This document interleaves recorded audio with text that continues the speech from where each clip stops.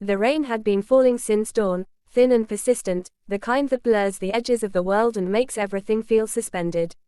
I remember standing at the kitchen window, mug cooling in my hands, watching the streetlights flicker against the wet asphalt. My house felt too quiet that morning. Not peaceful, just hollow. I had gotten used to routines. Wake up early, make coffee I rarely finished, check my phone for messages that never came, tell myself that quiet was good, safe, predictable. That's when the call came. A sharp vibration against the counter. Unknown number. I almost ignored it. Something in my chest tightened before I even answered. Sir, we're responding to a medical emergency at your address. The words didn't make sense at first. Medical emergency. My address. My name spoken by a stranger with a steady, professional voice. I remember the sound of rain growing louder, as if the world leaned in to listen. He arrived with the ambulance. Tall, broad shoulders under a rain-darkened jacket. Calm eyes that scanned everything without lingering, except, briefly, on me. Just long enough for something unspoken to pass between us.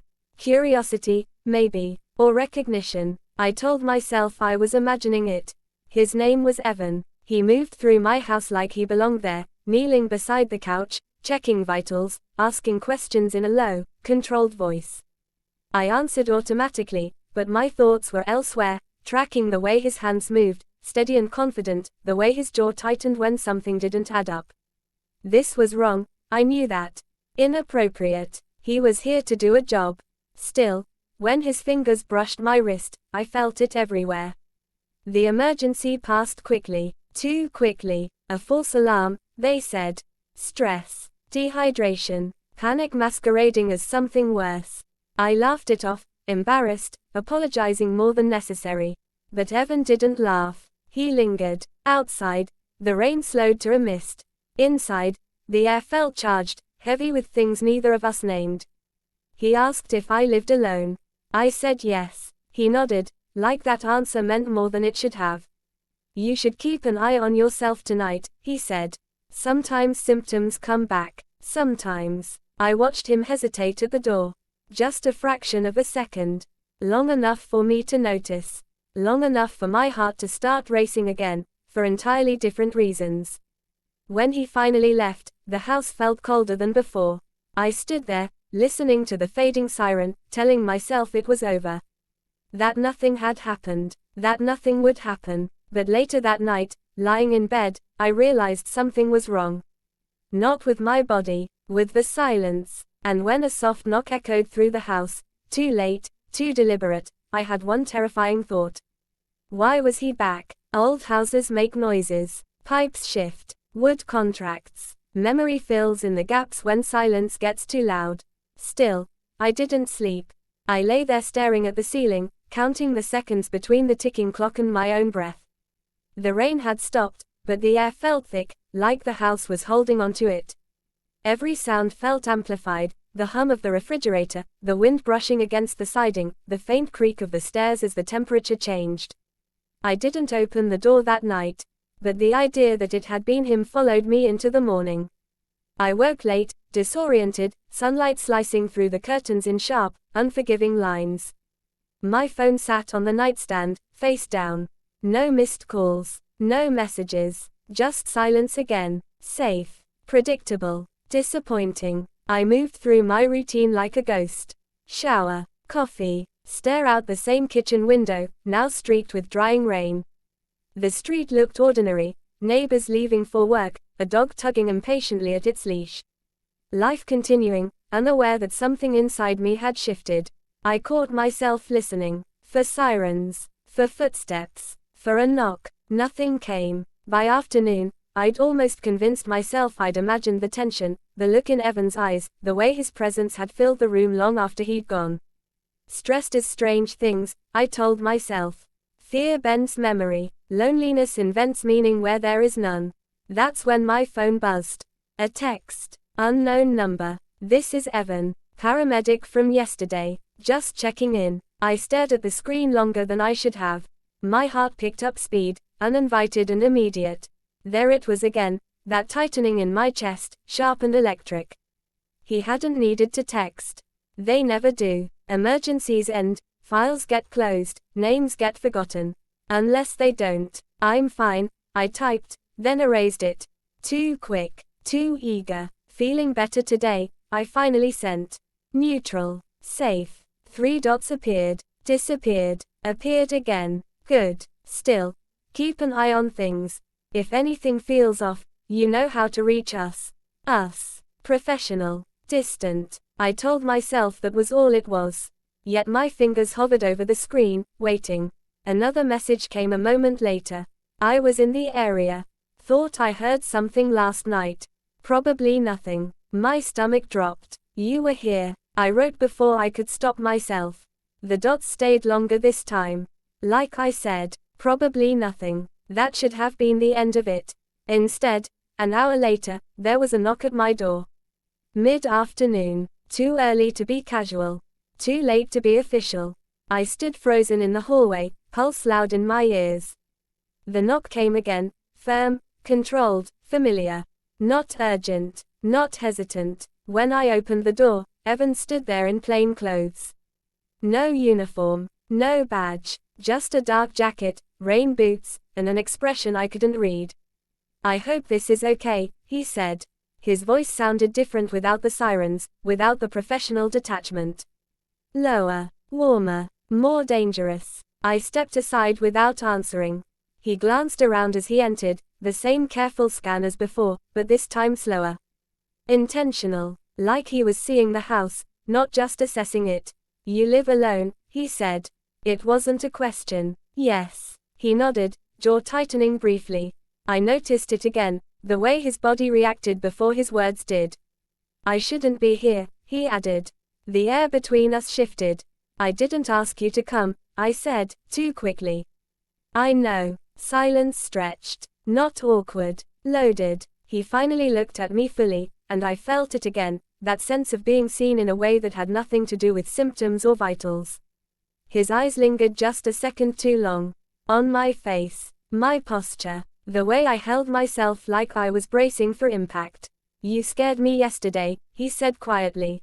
That surprised me. I wasn't the one collapsing on the couch, I replied, attempting humor. It fell flat. That's not what I meant. We stood there, inches apart, the house suddenly too small. I was aware of everything, his height, the faint scent of rain and something cleaner beneath it, the way my own hands had curled into fists at my sides. This was crossing a line. I knew it. He knew it. Neither of us stepped back. I heard a noise, he said finally.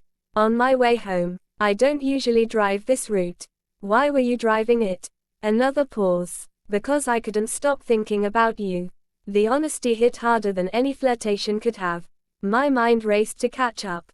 Guilt flared first, sharp, instinctive. This wasn't fair. Not to him. Not to me. Not to whatever unspoken rules we were already breaking. Then came something darker. Want. Recognition. Evan, I said, his name heavy on my tongue. This isn't. I know, he interrupted. I keep telling myself that. He moved closer. Not touching. Just close enough that I felt the warmth of him, the tension humming between us like a live wire. I'm not here to do anything, he said. I just needed to see you were okay. I believed him. That's what scared me. We talked then, about nothing, at first. Weather, work, the neighborhood, safe topics that circled the truth without landing on it. But every word tightened the thread between us. Every shared glance pulled it taut. He told me he'd moved recently. That nights were the hardest part. I didn't ask why. I understood more than I wanted to. I told him about the quiet. About how silence can feel like pressure, like waiting for something to break. When he finally sat on the edge of the couch, the same couch from the day before, it felt symbolic. Intentional. He rested his elbows on his knees, head bowed for a moment, as if gathering himself. I don't usually do this, he said. Neither do I. That made him look up. Our eyes locked, and something shifted again, subtle, irreversible. Then a sound cut through the room. A soft thud. From upstairs. We both froze. That wasn't the house settling, I whispered. Evan stood immediately, every inch of him alert, professional instincts snapping back into place. He motioned for me to stay back, one hand raised. Do you have anyone else here? He asked quietly. No. Another sound, louder this time, deliberate. He looked at me once, something unreadable in his expression, concern, determination, maybe regret. Stay here, he said. As he took the first step toward the stairs, I realized something with chilling clarity. Whatever had started as a medical emergency was about to become something else entirely. And neither of us was prepared for what waited upstairs. Evan climbed the stairs slowly, each step deliberate, controlled. I stayed frozen at the bottom, my heart pounding so hard it felt like it might give me away. The house seemed to shrink around us, every shadow suddenly alive, every corner holding its breath. The sound came again, a scrape, subtle, intentional. Did you lock the back door? Evan whispered. Yes, I said, though doubt crept in immediately. Had I? I pictured my morning routine, the way my mind had drifted. Coffee, window, silence, too much silence. He reached the top of the stairs and paused, listening. I could see the tension in his shoulders, the way his body shifted into something sharper, more focused. This was the version of him trained for chaos, for moments when calm shattered without warning. And I was suddenly terrified, not of whatever might be upstairs, but of how safe I felt with him there. Stay where you are, he said again. I didn't listen. I followed him, barefoot, each step sending a warning through my nerves. The hallway upstairs was dim, curtains half drawn, late afternoon light stretching shadows into long, distorted shapes. My bedroom door stood open. The guest room door was closed. The sound came from there. Evan raised a hand, signaling me to stop. He reached for the handle slowly, muscles coiled. And then the door creaked open on its own. Nothing. Just the room. Neatly made bed. Suitcase in the corner I hadn't touched in years. The window slightly open, curtain fluttering as a breeze slipped through. Relief hit me first. Hard. Dizzying. Then confusion. It was the window, I said, forcing a laugh that sounded thin even to me. Wind must have knocked something over. Evan didn't relax. He crossed the room, checking the closet, the bathroom, every corner with methodical care.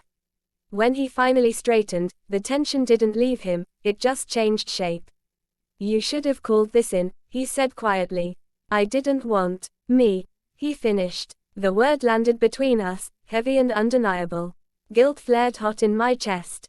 This was reckless, dangerous. I had pulled him into my personal life under the thinnest excuse, and now we were standing in the aftermath of fear that had nothing to do with health. I'm sorry, I said. I didn't mean to put you in that position. He turned to face me fully then, close enough that I could see the slight tremor in his breath, the conflict written plainly across his face. That's the problem, he said. I don't know what position I'm in anymore. Silence pressed in again, thick and intimate. The house seemed to exhale around us, as if the threat, real or imagined, had passed, leaving something more dangerous in its wake. I should go, he said. He didn't move. I know, I replied. Neither did I. We stood there, suspended in the space between what was right and what felt inevitable. My mind screamed warnings, about boundaries, consequences, the way moments like this never end cleanly. But my body betrayed me. A step forward, just one. His breath hitched. This isn't professional, he said, voice low. I didn't ask you to be, I whispered. That was the truth, and we both knew it. For a long moment, nothing happened. No touch, no words, just the hum of everything unspoken vibrating between us. I wondered if this was how cliffs felt just before the fall, quiet, deceptively still. Evan finally reached out, stopping just short of touching my arm. If I cross this line, he said, there's no pretending it didn't happen. I searched his face, looking for doubt, for hesitation strong enough to stop us both. Instead, I saw the same thing I felt. Loneliness, recognition, a hunger that wasn't just physical, but aching and old. I'm tired of pretending, I said. That did it. He closed the distance in a single, decisive movement, not rushing, not gentle. Intentional. His hand found my arm, firm and grounding, as if anchoring himself as much as me. When our foreheads touched, the contact sent a shock through me that had nothing to do with fear. For a moment, we just breathed together. This is a mistake, he murmured. Maybe, I said, but it's ours. The kiss, when it finally came, was nothing like I'd imagined. Not rushed, not desperate, slow, careful, almost reverent, as if we were both afraid the moment would shatter if handled too roughly. His lips lingered, testing, waiting for permission even after everything we'd already crossed. I kissed him back. The world narrowed to that single point of contact. The past, the future, the rules we were breaking, all of it faded beneath the weight of something achingly present. My hands hovered, uncertain, before settling against his chest, feeling the steady, impossible proof of him. When we finally pulled apart, his eyes were dark, searching. This changes things, he said. I know. After this, I can't just be the guy who checked your pulse. I don't want you to be. Another pause. This one heavier, more dangerous. From somewhere downstairs, a sound broke the moment, a sharp chime. My phone, a notification I hadn't expected. We froze, reality rushing back in like cold air. Evan stepped away first, conflict crashing back into his features. He ran a hand through his hair, pacing once like a man trying to outrun his own thoughts. I shouldn't stay, he said again, this time with conviction. My chest tightened. So that's it. He stopped, looking at me with an intensity that made my breath catch. No, he said softly. That's the problem. Another chime echoed from downstairs. Whatever it was, whoever it was, it felt like a warning. Because as Evan reached for the door, I realized with terrifying clarity that this moment had already changed everything. And the real consequences were only just beginning. The silence that followed felt heavier than any sound we'd heard all day. Evan's hand remained on the doorframe, fingers splayed as if the wood were the only thing keeping him upright. I watched the rise and fall of his chest, slower now, controlled, like he was forcing himself back into a version of reality where rules still mattered. What was that? He asked, without turning. I don't know, I said. And that was the truth. I hadn't looked. I hadn't wanted to. He nodded once, jaw tight. The moment had shifted again, not broken, just rearranged. The electricity between us hadn't disappeared. It had sunk deeper, into something quieter and more dangerous. I should check downstairs, he said. This time, I didn't stop him. We descended the stairs together, slower than before. The house felt different now. Familiar, but altered, like walking through a place after an argument, everything in the same spot, yet nothing untouched. In the living room, Evan stood beside the couch, hands on his hips, eyes scanning nothing in particular. I picked up my phone from the coffee table. A missed call. No name. Just a number I didn't recognize. No voicemail. I swallowed. Probably nothing, I said, echoing his words from earlier. Probably, he replied, but he didn't sound convinced. We stood there, the space between us careful now. Measured. I became acutely aware of how close we still were, of the memory of his touch lingering like heat on my skin. It felt wrong to pretend it hadn't happened, and impossible to act like it hadn't changed something fundamental. I crossed a line, he said finally. The admission landed softly, but it carried weight. So did I. He looked at me then. Really looked. Not as a patient, not as a problem to solve. As a person who had seen him at a moment of weakness, and hadn't looked away. I don't regret it, he added, quieter. That's what scares me. The honesty made my chest ache. Outside, the sky had begun to darken, clouds thickening again like a promise the rain would return. The house lights flickered on automatically, bathing the room in a warm, artificial glow that made everything feel staged. Temporary. I can't stay, Evan said. This time, it wasn't hesitation, it was resolve. Not tonight, not like this. I nodded, even though every part of me resisted. I know. He reached for his jacket, then stopped. His hand hovered in the air, uncertain. This doesn't end here, he said. Not a question. I met his gaze. No. Another pause. The kind that asks more than it answers. He stepped closer, not touching this time, just near enough that I could feel the gravity of him again. His voice dropped. We need to be careful. I almost laughed. Careful felt like a word that belonged to another life. About what? I asked. About wanting this, he said. About wanting more. The words lingered between us, unresolved, untamed. At the door, he hesitated again, longer this time. I wondered if he was memorizing the moment. The light, the quiet, me. If anything feels off, he said, defaulting back to something safe, call. I will. He opened the door, then looked back once more. His expression wasn't longing, or regret. It was something more complicated. Something unfinished. As the door closed behind him, the house returned to silence, but it wasn't the same silence as before. This one pulsed, waited. I didn't move for a long time. Eventually, I sat on the couch, staring at the spot where he'd stood. My phone rested heavy in my hand. I checked the missed call again. Still no name. Still no message. Upstairs, something creaked. I froze. The sound didn't repeat. The house settled, or pretended to. I told myself it was nothing. But as night fully claimed the windows, one thought refused to leave me. Whatever had started as an emergency had uncovered something neither of us could ignore. And now that it had been named, even silently, it was only a matter of time before it demanded an answer. I went back to routines because routines are what you cling to when your insides feel rearranged. Coffee at the window. Emails unanswered too long. Nights spent listening to the house breathe. Every creak felt intentional now, every shadow suggestive. I kept my phone close, screen down, like it might betray me if I looked too often. Evan didn't call. That absence spoke louder than any message. At work, I caught myself scanning faces that weren't his, hearing sirens that weren't meant for me. Once, in the late afternoon, an ambulance passed the house slow enough that I felt my pulse sync with its lights.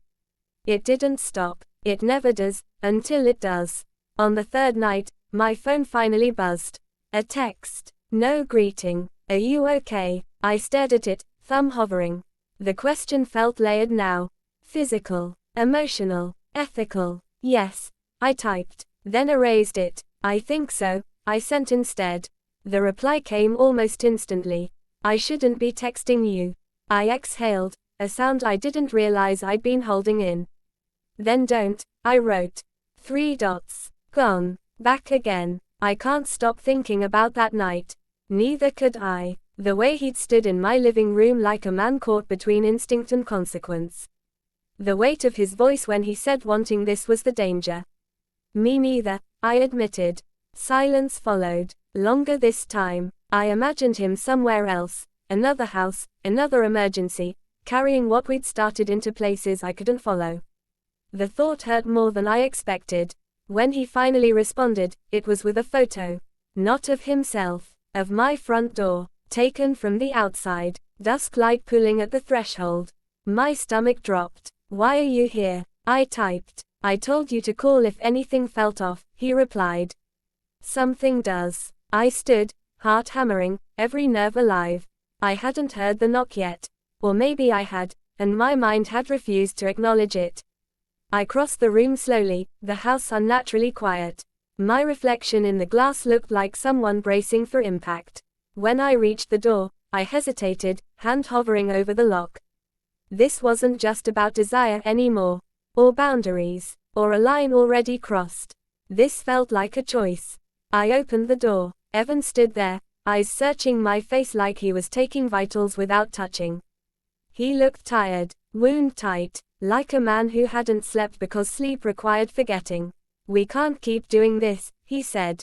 I nodded. I know. Neither of us moved. From somewhere inside the house, my phone chimed again, another unknown number. This time, a voicemail notification. Evan's gaze flicked past me, into the dark hallway. Are you alone? He asked quietly. I swallowed. I thought I was. The phone vibrated once more in my hand, insistent. Behind us, the street light flickered. Between us, everything waited.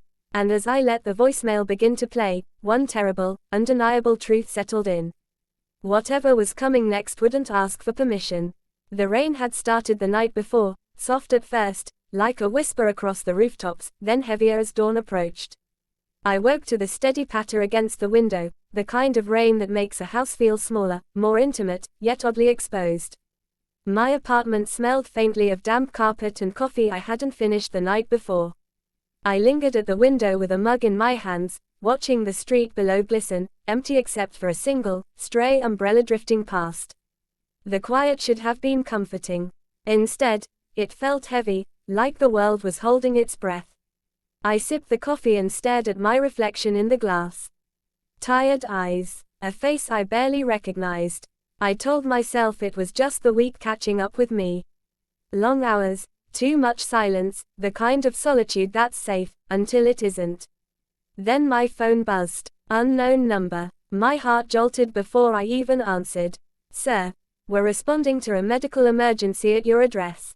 The voice on the other end was calm, professional, detached, but my chest tightened anyway. Something about hearing my own name spoken by a stranger made my surroundings shrink, the walls pressing closer. I didn't have time to think before the sound of sirens cut through the morning haze. I barely registered the red and blue lights through the rain-streaked window before there was a knock at the door, quick, precise, urgent. He introduced himself as Evan. Broad shoulders under a rain-darkened jacket, calm eyes that scanned my apartment without lingering too long, except when they did. Just a fraction of a second, long enough to make me aware of the way my own pulse had spiked. The emergency ended quickly, a false alarm, they said. Stress, dehydration, anxiety masquerading as something worse. Relief should have followed, embarrassment, even. But instead, the air between us felt charged, almost electric. I'll keep an eye on you tonight, he said, voice low. Professional, yes, but with a hesitation that shouldn't have been there. I told myself I didn't imagine it. That nothing had passed between us. That his presence, his hands, his gaze were all strictly professional. And yet, later, as I lay in bed listening to the rain tap against the window, I couldn't ignore it. The knock came again, soft this time, insistent. I froze, breath caught in my throat. Why was he back? And in that moment, I realized that the quiet of my apartment, the predictable rhythm of my mornings, my solitude, my routines, was gone. Whatever had started as an ordinary, mundane morning had shifted into something fragile, tense, and dangerously alive. Something was about to happen. Something I wasn't ready for. Something that would change everything.